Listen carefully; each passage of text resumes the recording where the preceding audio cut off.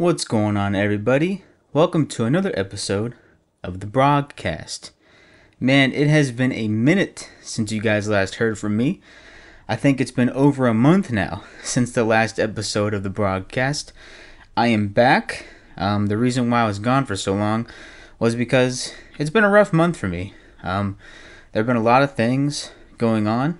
I would say at the top of the list for the rough things I've been going through was the passing of my best friend, my miniature poodle, Buddy. What happened was he was having heat strokes from the heat. He was having seizures. He wasn't eating. He wasn't drinking any water. And in his final days, he was also bracing himself up against like a fridge or the wall. He was having a hard time walking. He was having a hard time staying up straight. And on his final day, he actually was crawling around. I didn't see this myself, but my mom called me at work and said on the phone that that's what was happening. She was calling for him, and he was just crawling on the ground to get to her, and he had no use of his back legs. So I guess I'll go into this a little bit, tell you about the day when we had to put him to sleep.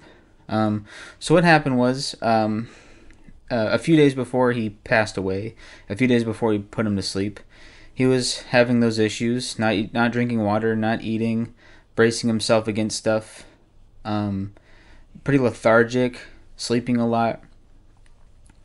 And so we were kind of prepared for this. And on his final day, I was at work, and that was when he was crawling on the ground. My mom said, I was at work, and my mom called and said, this is what's been going on with Buddy. He's really, really going downhill.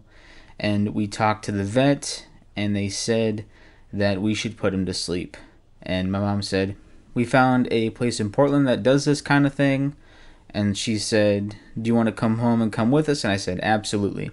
So I talked to the manager and said, hey, I need to go home early because my dog is being put to sleep and I need to be there. She goes, okay, go ahead, pull your till, because I'm a cashier. So I raced home. We put Buddy in the car with us.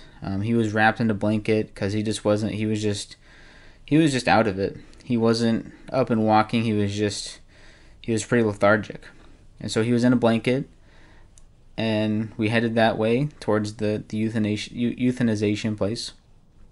And I just petted him and talked to him, and I was having a hard time. I was crying, and we all were. We were all crying and having a hard time keeping our emotions together. And we got there, and we talked to the lady at the front desk, told her what was going on. We waited, and then they called us back. And what they did was they took Buddy and sedated him at first, and they brought him back to us. And we said our final goodbyes. They took him back. They put him to sleep. And we just had... they put us in what they call a comfort room. Really dim lighting. Lots of comfy couches. Candles. Just a very cozy room where we could sit and we could process everything.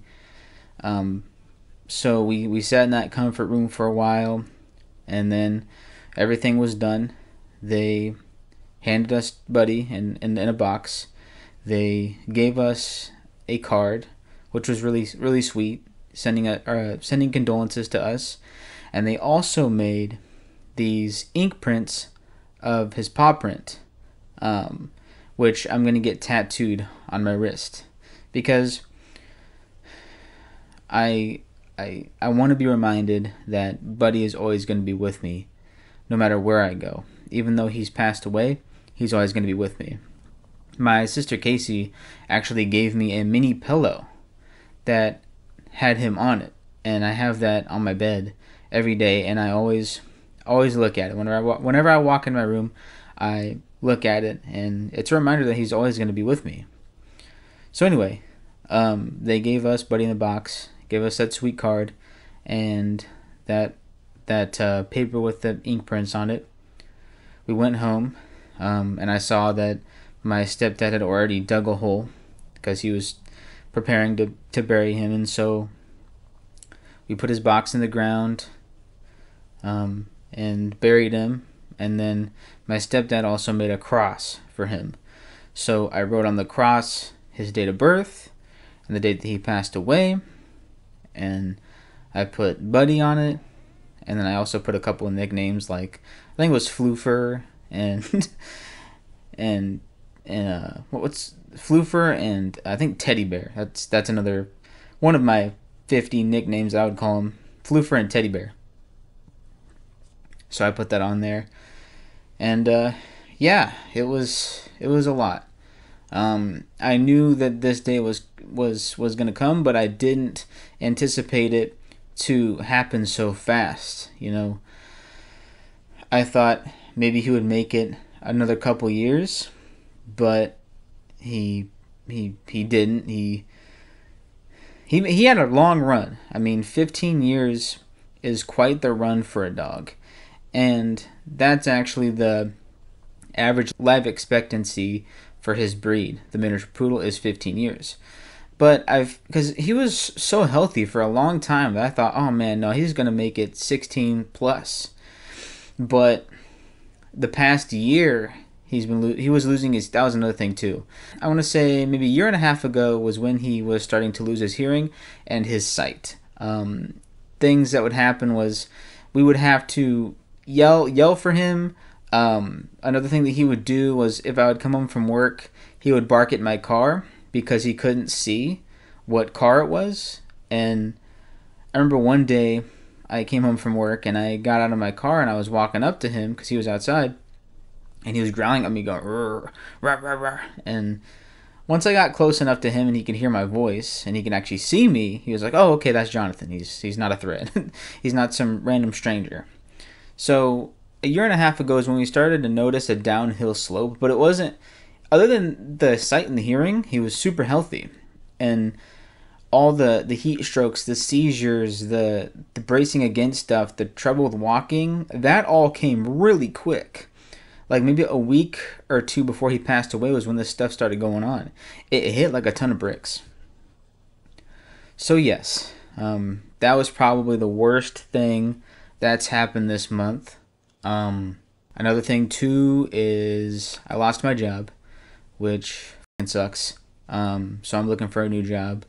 I don't think I've mentioned this on the podcast before, but I am FWA and HIPAA certified.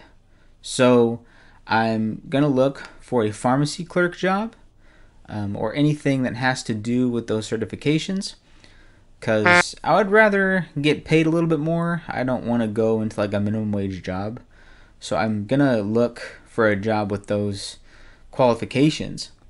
And there are a few other things going on right now in my life that I'd rather not get into just for privacy reasons. It's very, very personal. But there's that going on too. I'll also go into the good stuff that's been going on. So for the past 2 or 3 months, I've been hitting it hard and working out. I've been doing cardio, doing lifting. I've been doing that pretty regularly, and it's tricky because so in the last podcast, I think it was the last podcast, maybe the one before that, but I said that I was at 235. Well, since working out, I've gained more weight. Let's see, I've gained 5 pounds, and that could either be muscle or fat. I don't know, but I'm assuming muscle, because whenever I put a shirt on, I have to literally pull it over my shoulders, and I wear a size large shirt, and that never really happened before. So I think my shoulders are getting a little bit defined, more toned, and so I might have to sell half my wardrobe and get extra large shirts. And I have like 20 shirts. I have a lot of shirts that are large. So I might have to look into that. But yeah, the workout thing's been going good. I've been taking some pre-workout powder that you mix in with water. That really helps when it comes to like muscle fatigue. Without that stuff, my muscles get really tired, and so the duration of my workouts are a lot shorter than I like them to be. So I take that pre-workout and I can go half hour, no problem. Before the pre-workout, I could only do like 10 minutes, and then I would just be done with it. Before, I was doing lifting and cardio separately. So I was doing cardio some days and lifting some days.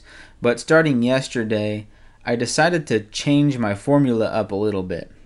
So before, I was doing lifting and cardio on different days. Now I combine them.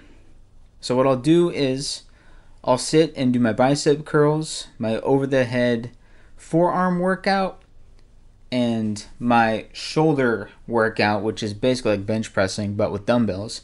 I do that, and then once I start to feel the burn, I get up and I do cardio. I do boxing for cardio. Boxing, and I've also gotten to capoeira a little bit. So if I do my workout, I don't have enough room in here to do a capoeira workout because it's a bedroom. But if I'm able to go in the living room with a lot more space, then yeah, I do some capoeira. But mainly I just do boxing for cardio. But this capoeira stuff I'm really getting into. It's a lot of fun. It's very exhausting though, because, so for those of you who don't know what capoeira is, it is an MMA fighting style. And the main part of capoeira is called the ginga, I think is how you pronounce it. Jinja, I don't know. But that is the dance for capoeira. Capoeira is a dance fighting style. So it's a fighting style that looks like dancing. So the ginga is the main part of capoeira. The purpose of the fighting style is that you're always in motion. So if you get into a fight and you're always in motion, it's like in boxing with dancing around. It's hard to get hit. So that's what capoeira is. It's a dancing fighting style. I don't really do kicks or anything crazy or any like cartwheels or anything yet. I'm actually working on the block, the capoeira block, which is when you kneel down and you put your hand in front of your head. That's the block that I'm working on. But I'm not quite that flexible yet. But I do have the ginga down, and that is pretty exhausting because it's constant movement.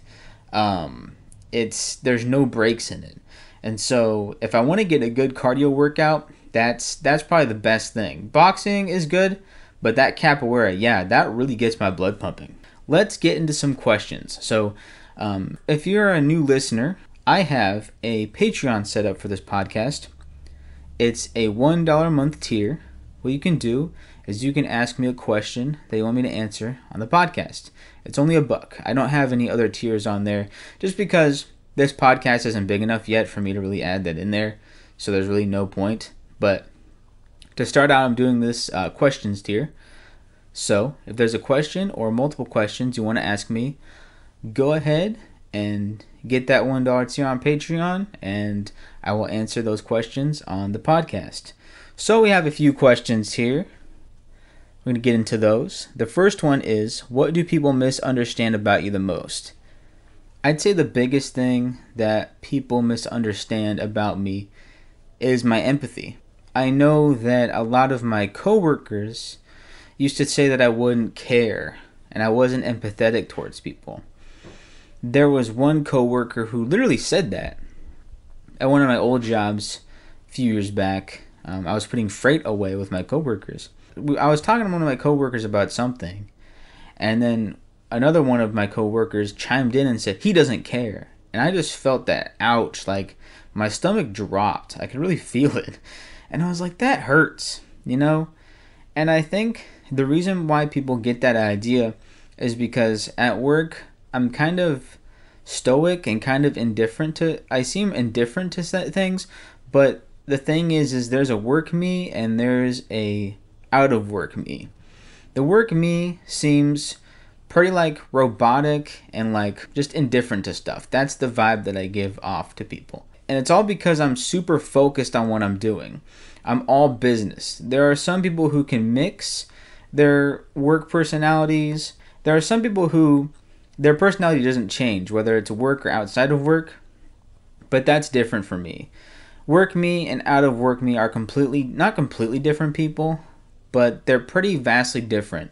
At work, I'm not as friendly either. I'm just there to get work done, and that's the end of it. I'm super compassionate, super empathetic. I'm super friendly, at least when I'm comfortable, and I genuinely care about people. When that coworker said that, that really hurt. So, the next question is, what is your favorite childhood memory? There are a lot of great memories from my childhood. So it's really hard for me to pick one. When I was writing down these questions and kind of getting prepared for the podcast, I was thinking, man, like, how am I going to answer that question? Because there are so many good memories. So I just had to pick one. And the one that I picked was the treehouse, which, by the way, is still up at my house. It was built in 2007, and it's still there.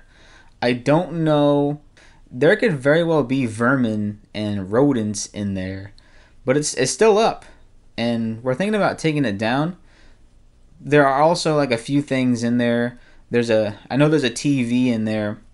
There's not a rocking chair. There's a chair in there, and I think one of my shirts is up there too, which I would like to take because it's one of my favorite shirts. But it probably doesn't fit me anymore. I think that shirt was from when I was in middle school. So I don't know if I want that shirt back. And it's probably ruined. I mean, if that thing's been unoccupied for 10 years, it's probably ruined from all the weather. Like, I don't think it's salvageable at this point.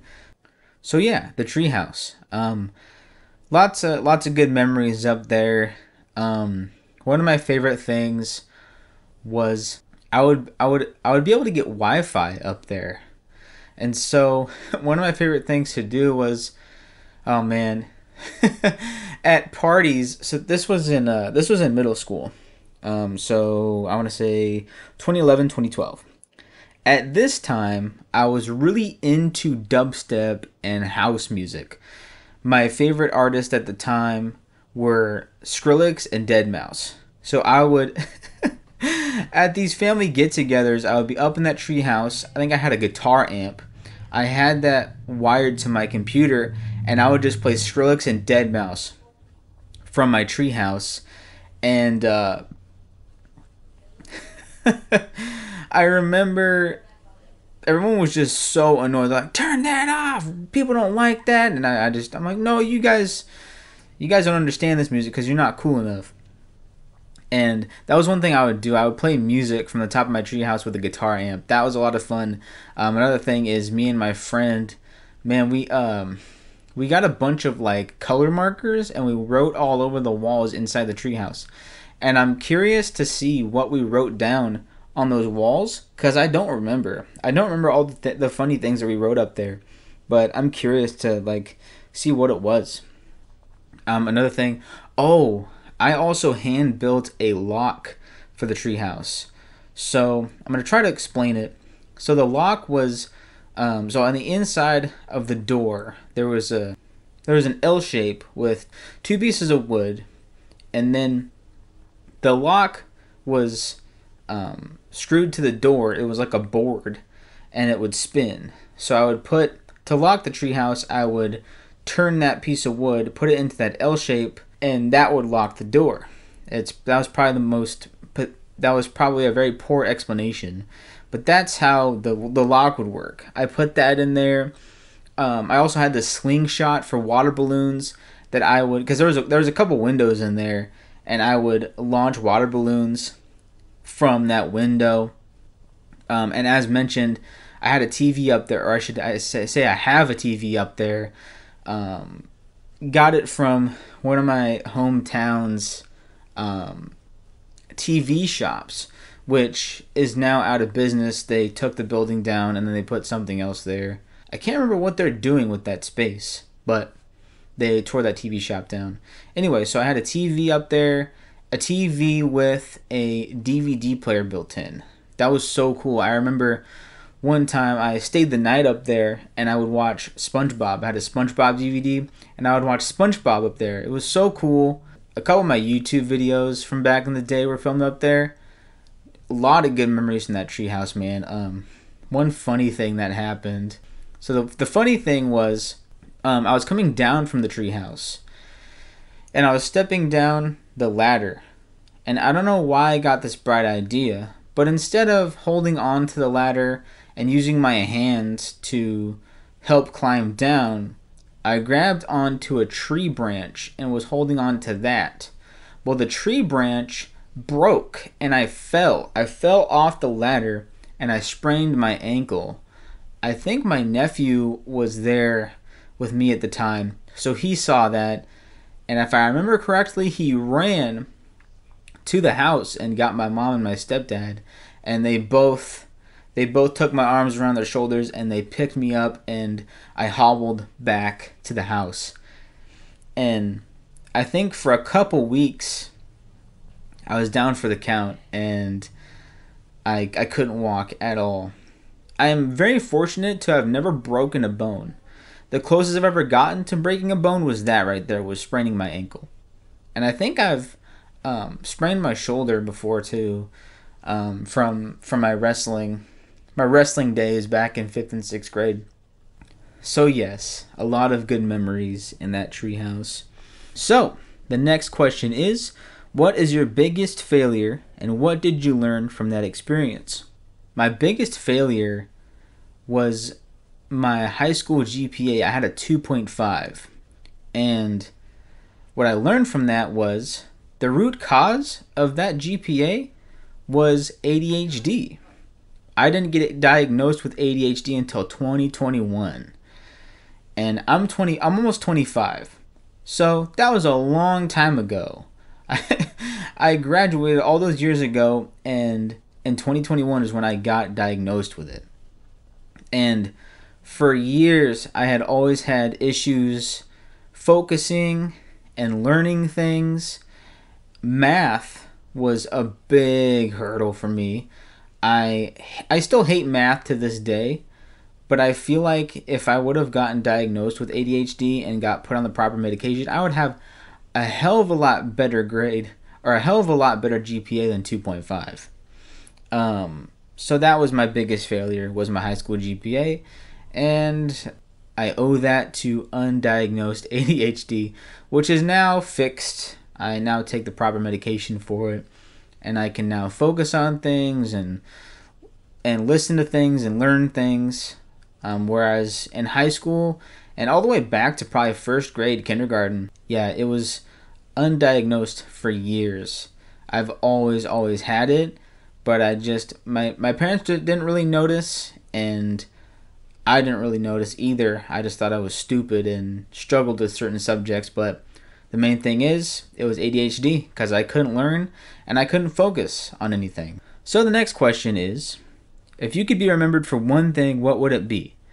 My answer to that would be kindness. I want people to remember me as someone who is kind and nice to people. That's what I want people to remember me for. Next thing is, what is the best compliment that you've ever gotten? I'd say the best compliment that I've ever gotten, and I continue to get it, is me looking like Ed Sheeran. Ed Sheeran is a very famous person, so that to me is a big compliment. At first I had a hard time seeing the resemblance between me and Ed Sheeran. But one day I was like, okay, I'm going to look at multiple pictures of Ed Sheeran and see if I look anything like him.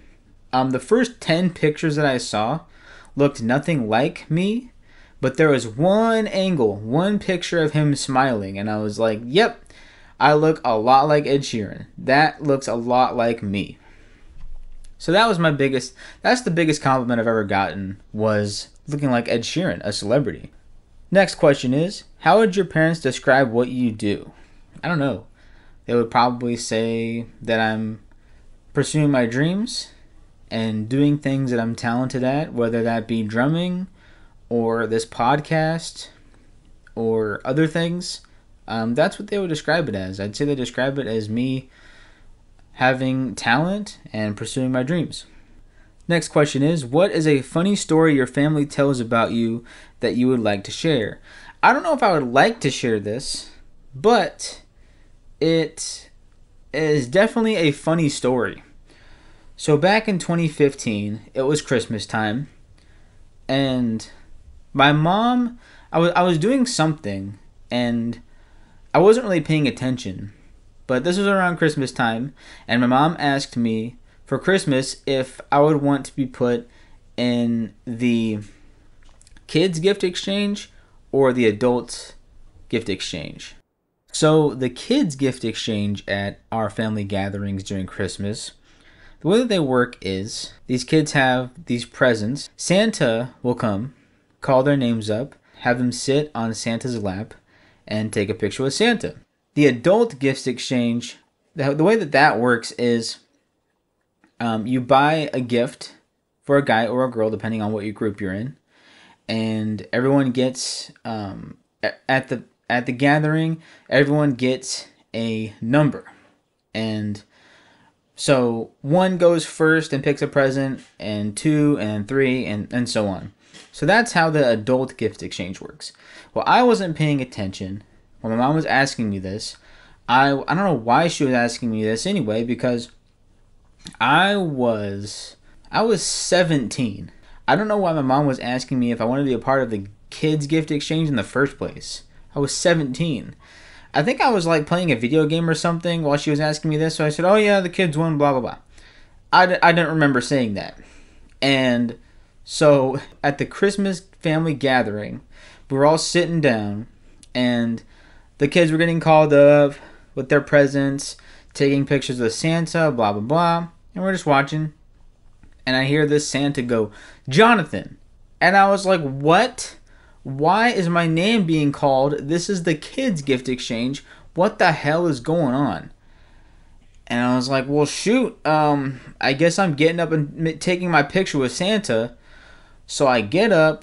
Everyone's laughing their ass off. And I get up to Santa. Santa says, "You need to shave." And I was like, "Thanks, Santa."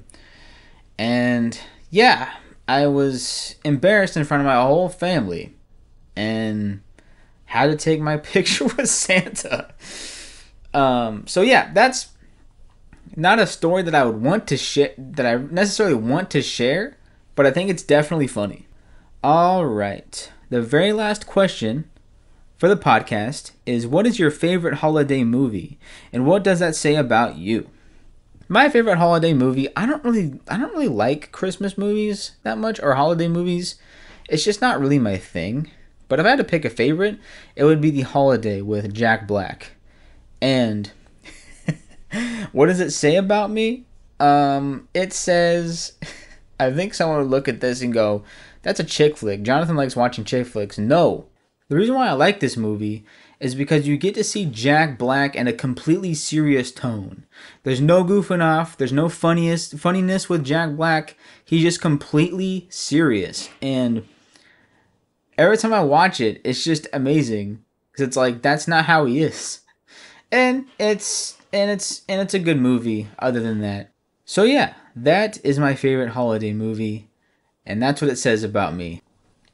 Alright guys, that does it for this episode of the Brogcast. I'm going to send you out with that funky Splatitude production track. Peace.